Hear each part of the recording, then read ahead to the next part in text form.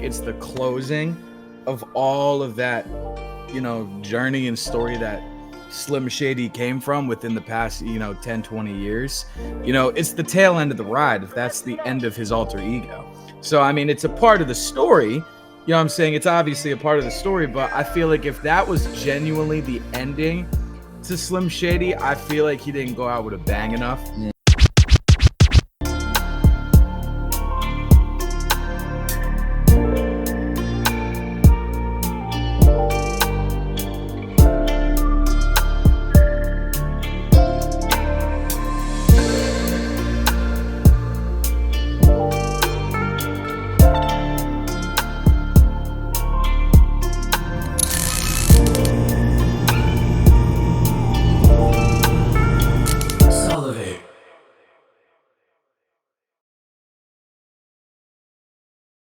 Yeah.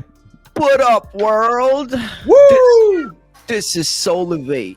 We are your hosts. My name is NazareN, and this is the impeccable, the incredible. What's your name? Fucking Reese, baby.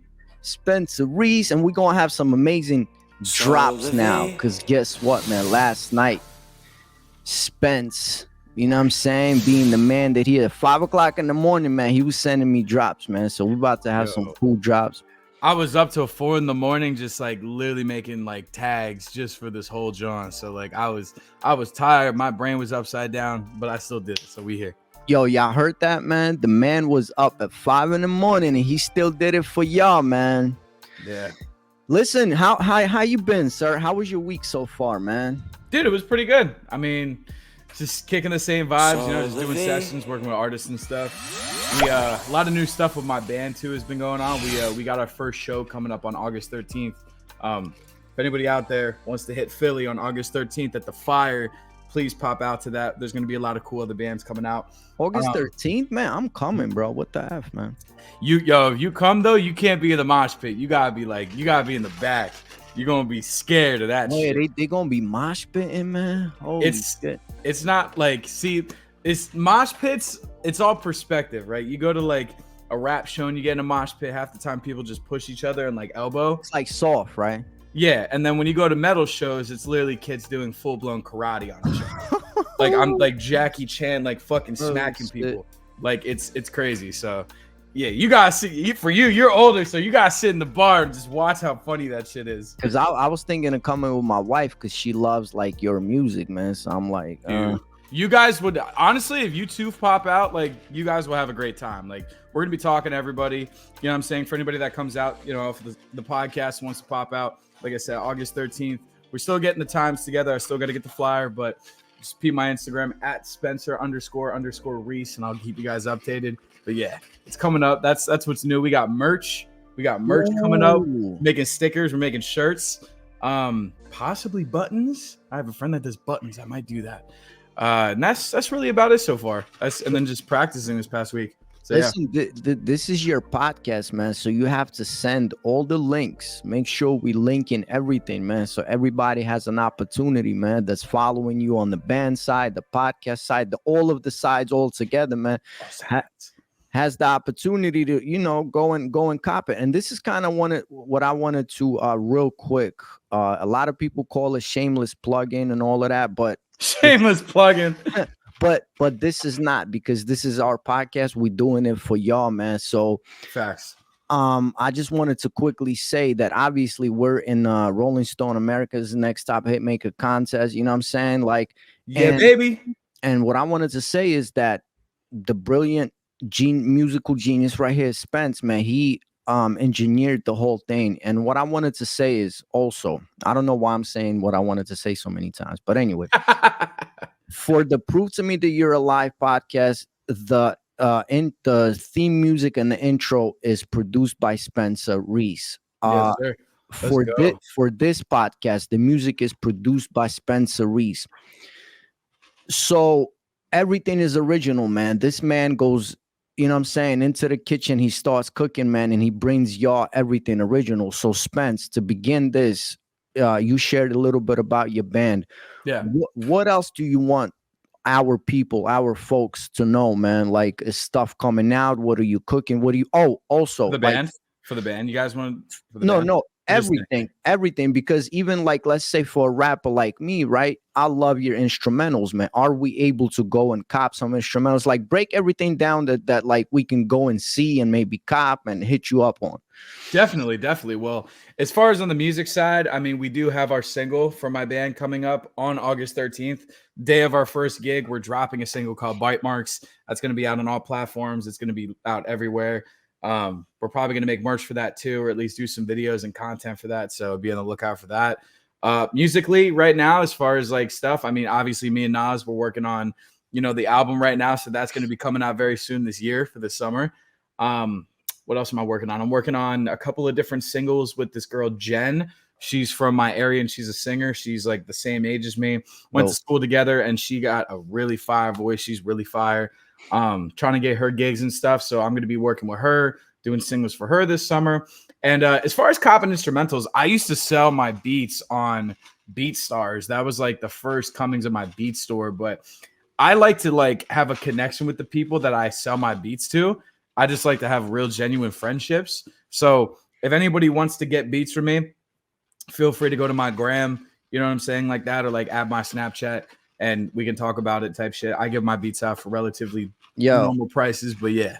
Listen, man, the funniest shit, man. The first time I'm in this man's studio, shout out to a Big Oak Basement, man. A legendary Big Oak Basement. I'm in his studio, so I'm like, this dude does everything. He plays all the instruments. He can sing a demon voice. He can sing an angel voice. Like, you know what I'm saying? So I'm like, bro, you got instrumentals. So he starts showing me instrumentals. I'm like, yo, it's fire. I'm really effing with it, man. Yeah. And I'm like, yo, how much are these? He's like, man, throw me like $10. I'm like, what? I just in order for me to track out a beat, man, like in any other producer, man, it's 500 or up, bro. That's like, for exclusives. And like this full blown. Yeah, but still, man, even when you leasing, you know what I'm saying? You're not gonna get a decent beat for less than $100. He's like, I'm like, bro, you bugging. So anyway, hit this man up on. But the reason I'm sharing this story is I want y'all to see how much like we love this thing, how much he loves this thing, how much we care about this. You know what I'm saying? From the musical, from the artistic, from the human being perspective. Like we live this shit, bro. Yeah, real shit. Yeah, we both do. You know what I'm saying? This is not like a hobby. This is not like something. Just so y'all know, this my man right here, man, his bed and his recording booth is like a couple of feet away, man. You know what I mean? So it's right over there. It's literally right over there, bro. My bed is, you mean? So hit him up. He got some fire instrumentals, man. The album and the Time of Raw coming out soon. Anyway, this wasn't shameless plugging. This was us letting y'all know what we've been up to, man. Yeah. So listen, man, since the last time we was here, you said you would give another listen to the death of Slim Shady. Have you had the time to do that? I did. Feedback. All right. So it's weird. Was it the same feeling? Sorry, like was it the same as the first time? No. Let's start with that. No. So first time I went around with it, I was like so flabbergasted and excited about what he had to say and how he came out about what he said and how he like fucking shook everybody. And when I went back and I listened to it like 1 or 2 times more roughly. Ooh. It was good, but it like something about it didn't feel the same. I don't know if it was just I'd already had the surprise factor and I was like, oh, like that's what it was. Like when I went back and listened to it and I really just broke everything down, song for song and just listen to what he said, I wasn't all that excited. I think it's more of like, it's one of those things where when you walk, like say you walk into a candy shop and they got your favorite candy there, right? You know what I'm saying? And you're so excited for it and you get that shit. And then like the next time you come back for it, that shit sold the hell out. And you're like, they got the same one, but a different flavor I don't like. You know what I mean? It was like kind of that feeling. I wasn't all that like hyped to hear everything that he had to say again. So I feel like it's more of an attention kind of grabber album where like when you first listen to it, it's going to make you think. And then once you kind of put your judgment to it and what you feel about it already, when you go back to it, there's not really much else substantially, like within it, other than like some of the personal tracks he had, like, the stuff that he had about his daughter and, personal struggles, things of that nature. But I mean, everything else was very just controversial drama talk. First of all, the whole personal stuff, this is why I wasn't impressed, because he has done this before, man. Yeah. And I think that this is the big like thing about like, and I'm so glad that we have this generational gap between us, because and even though you're an old soul, but still, you know what I'm saying? You're a young G, man. I'm an OG. So, and I love that we have this generational gap, because at my first listen, just like I told you, I wasn't impressed, because I felt like I heard this before. You understand what I'm saying? Yeah. And I think this day and age, whenever we hear someone actually criticize the society and what's going on, we're like, whoa, because the cancel culture has been it's crazy, overtaking our lives, that we're so used to nowadays, that everybody's on a hush hush. We're staying quiet. Don't say this, don't say that. Yeah. And here comes a dude, and he, you know what I'm saying, he says all this shit that we've been kind of thinking about, and we're like, whoa. You know what I'm saying? But again, to me, I wasn't crazy, because again, I'm a hip hop artist, man. This album that I'm making is dedicated to war, something that I've gone through, something that the world is going through, something that Ukraine, where I'm from, is going through. So I'm not like, oh, you know what I'm saying? And I'm a huge Eminem fan. Like, he's definitely in my top 5, because I grew up to this guy. Right. Here's my question, because you are a multi-instrumentalist, you know what I'm saying? You're a musician. You're not just a rapper like my lame ass, man. So I'm a rapper's rapper, but I'm just a rapper, man. You're a real, you're a musician, man. So do you think that this album will like, how should I put this, man? Will it have a good life? Will it be able to live, let's say, like a Pimp a Butterfly, or albums like that, man, or a Slim Shady LP? Like, in 20 years, will we still be able to enjoy this album the way some people enjoyed it now? In my opinion, no. And the reason why is because I feel like it's the closing of all of that, journey and story that Slim Shady came from within the past, 10, 20 years. It's the tail end of the ride, if that's the end of his alter ego. So, I mean, it's a part of the story. You know what I'm saying? It's obviously a part of the story, but I feel like if that was genuinely the ending to Slim Shady, I feel like he didn't go out with a bang enough. You know what I mean? I feel like he could have, he was controversial. You know what I'm saying? He was absolutely controversial. As he should be. Right. He should be controversial, but other than Houdini off of that record, I mean, like, and that was one of their star hits that he had out of that whole leg. I mean, everything else is just like talk. This is SouLivate.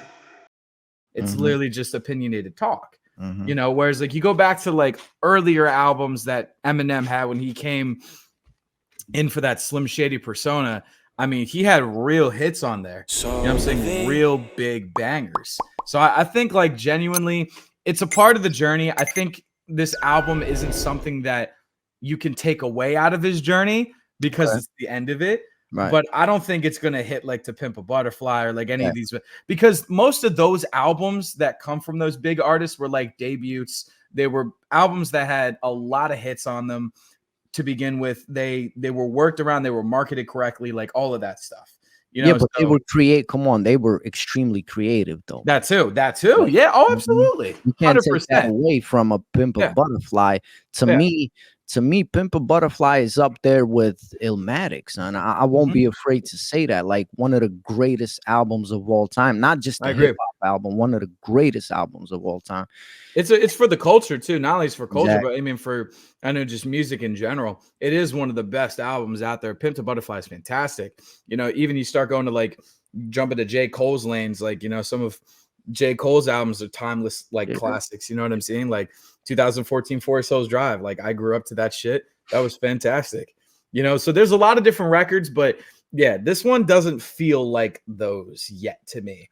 Some artists have dropped records like in this new age of time right now where they've had a record stick like that, yeah, this is the ending of the phase. So I don't think so. For those of y'all that might not know or might have forgotten and think that, wow, you know what I'm saying, Eminem or Slim Shady talked about, like, you know, these social things that are going on.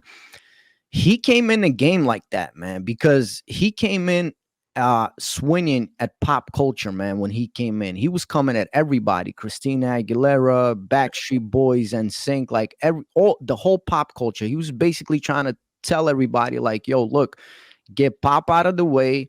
Hip hop is here. This is real hip hop, and it's coming from a white trailer trash dude, man. Yeah. Straight up. This is what I think, because you know, I boxed for 14 years of my life. So I think I compare like hip hop to boxing. You still here? Yeah.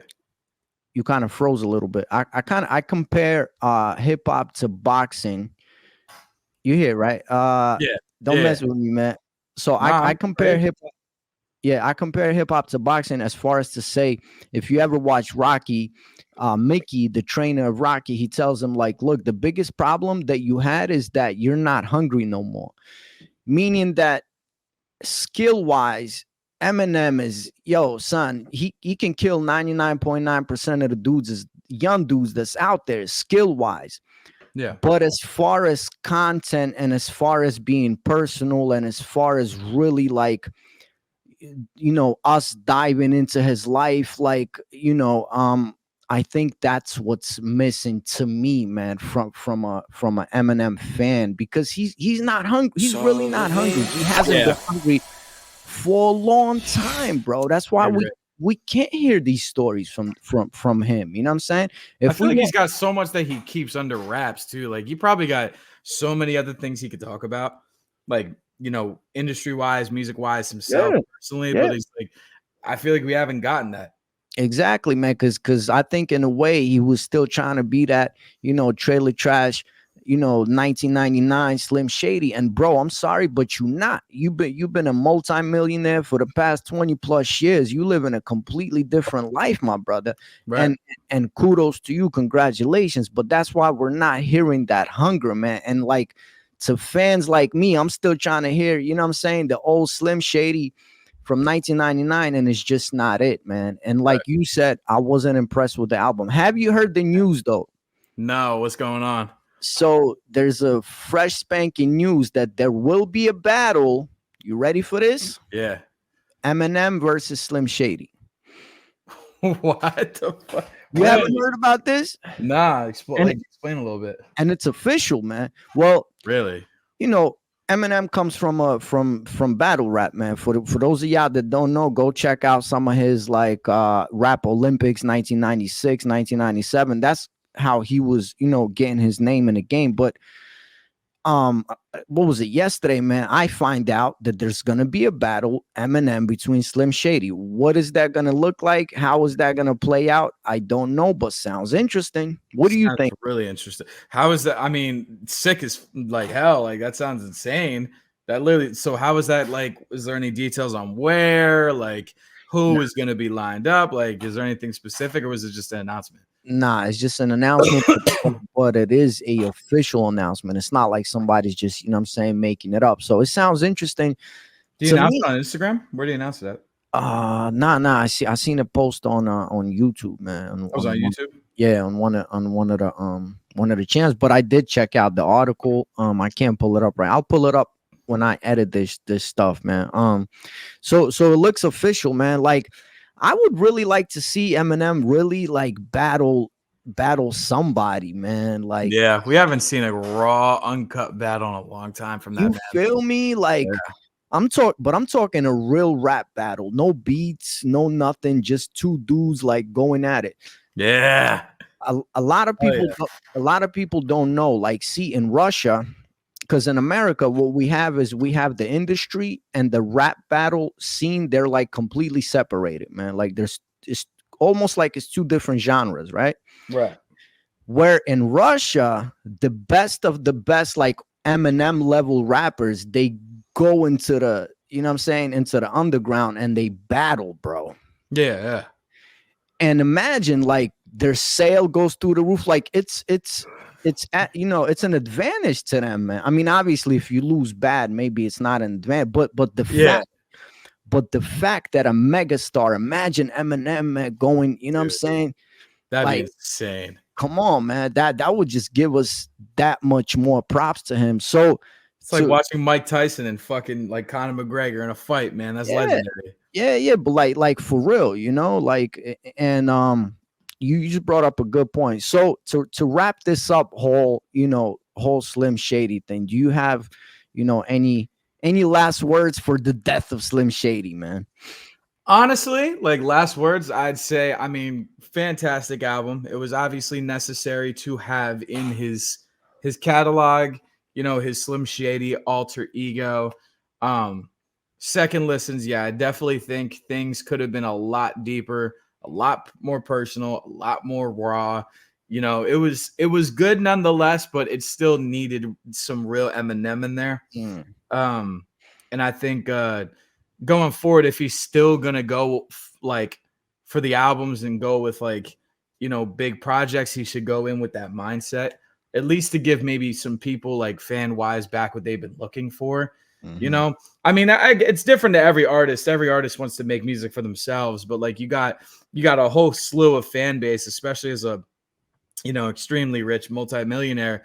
I mean, art's art at the end of the day, but I mean, shit, take it back to your roots and see what happens. Exactly, man. See, this was what I was waiting for, man. Especially when this mother sucker named the album and the concept of the album from something that I did already, but I ain't gonna bring that up no more, man. But yeah. as a genuine Slim Shady Eminem fan, I was waiting because as Slim Shady, he stayed quiet for so long. So I was waiting for something like I thought he really put this well together. I thought he's gonna give us the dirty. I thought, you know what I'm saying? It's like that's what I was waiting for. Can you grade it from 1 to 10? And in these two categories, okay. Number 1 through 10, 1 being the worst, 10 being the greatest. As far as a hip hop album, how would you grade it 1 through 10? I would give it like, if we're talking about culture and like, beats, instrumentation, creative directioning, I'm going to give it like a 7.5. Okay. Not bad. 7.5, maybe 7. Not bad. So now as far as a timeless piece of music, all music, 1 through 10. 5. It's a halfway point for me for that one. I think that one's going to be kind of a hit or miss amongst, Eminem fans and just hip hop critics and such. You know what I'm saying? Some people might think, well, like, it's the end of his, Slim Shady era. You know what I'm saying? He had to let it off with, such a crazy, controversial, new age kind of topic based slew of argumentation. You know what I'm saying? Through music. Maybe that's something we haven't had the chance to have, and that's new. So I embrace that, and I think that's going to be timeless. And then there's going to be the cats like us that are like, nah, he's old. You know what I'm saying? He's waned out. He still needs some water in his garden, and I like that. You know what I'm saying? Like he needs to take the dry out and get a little bit with the program a bit. What are your gardens, Slim? Exactly. Water your garden, Slim. You gotta start planting some tomato trees and shit. I don't want to drag this out any further, but do you think that we should expect another Eminem album? Should there be another Eminem album? Should there be another Slim? Like, do you think that he should continue putting out projects? I think he should. I think as a musician, he's still old enough. He's not dead out of the. Because a lot of people say once you hit 30 to 40 in the rap industry, it's like you're done, bro. Like and it's crazy though, because there's been rappers that have even gotten into music or like gotten into the lane of timeless rap music in those ages. Yeah. You look at 2 Chainz, you got Rick Ross, there's a lot of cats in it. So I think personally, like when it comes to him, he shouldn't stop making music. You know what I'm saying? We're in a generation now where like singles are driving. Albums, like art's different. This generation views art different to begin with. And I think singles are obviously what's driving most of the people to listening more anyways. So I think he should start taking time to kind of dial back maybe not focus so much on project lengths, like full legs, and Okay. start really dialing in singles that are going to be things he hasn't touched on yet, or maybe that he's going through in his older ages now. You know what I'm saying? Like he went through his phase of Slim Shady. I think he closed that now. Maybe it's time for something new. You know what I'm saying? Time for the new perspective of Marshall Mathers as an adult. What's that going to be like? You know what I'm saying? Like shit like that. Wow, that's a really good idea, man. While you were talking, I remembered Sun Tzu, The Art of War. For those of y'all that haven't read it, go cop it. It's a small book. It's sonnets, like it's it's dope, man. It's timeless, man. It's a timeless book, man. So in Sun Tzu, The Art of War, he says that sometimes for these great leaders, per se, like Eminem, you could call him a leader, in the hip hop music industry, man, for them to take a long ass break in order for people to start missing and demanding him back. This is SouLivate.